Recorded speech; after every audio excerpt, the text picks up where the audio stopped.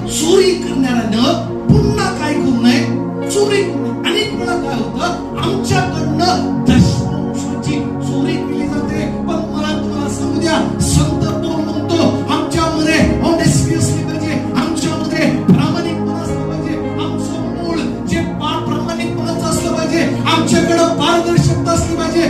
जेवढा पगार भेटला त्याचा 10वा भाग देवाच्या मंडळीत आलाच पाहिजे. देवाच्या लोकांना म्हणून संत पौल शिकवताना ख्रिस्ताच्या मंडळीला काय म्हणतो, चोरी करणाऱ्यानं पुन्हा त्याची काय करू नये, चोरी करू नये. मग दशमांश चोरणाऱ्यानं पुन्हा दशमांश चोरण्याची चोरी करू नये. चोरी ही थांबवावी. पुढं मंडळीतील कामाची चोरी अनेक वेळा आम्ही करतो. सोपवलेलं काम आम्ही करत नाही, अनेक वेळा आम्ही टाळाटाळ करतो. मग याची चोरी आमच्याकडून होते का हे आम्ही तपासलं पाहिजे. कुठली जबाबदारी आमच्यावरती दिली, कुठलं काम आमच्यावरती सोपवलेलं आहे, मग ते काम आम्ही करतो का, त्याची चोरी करतो का. अनेक वेळा या मंडळीतल्या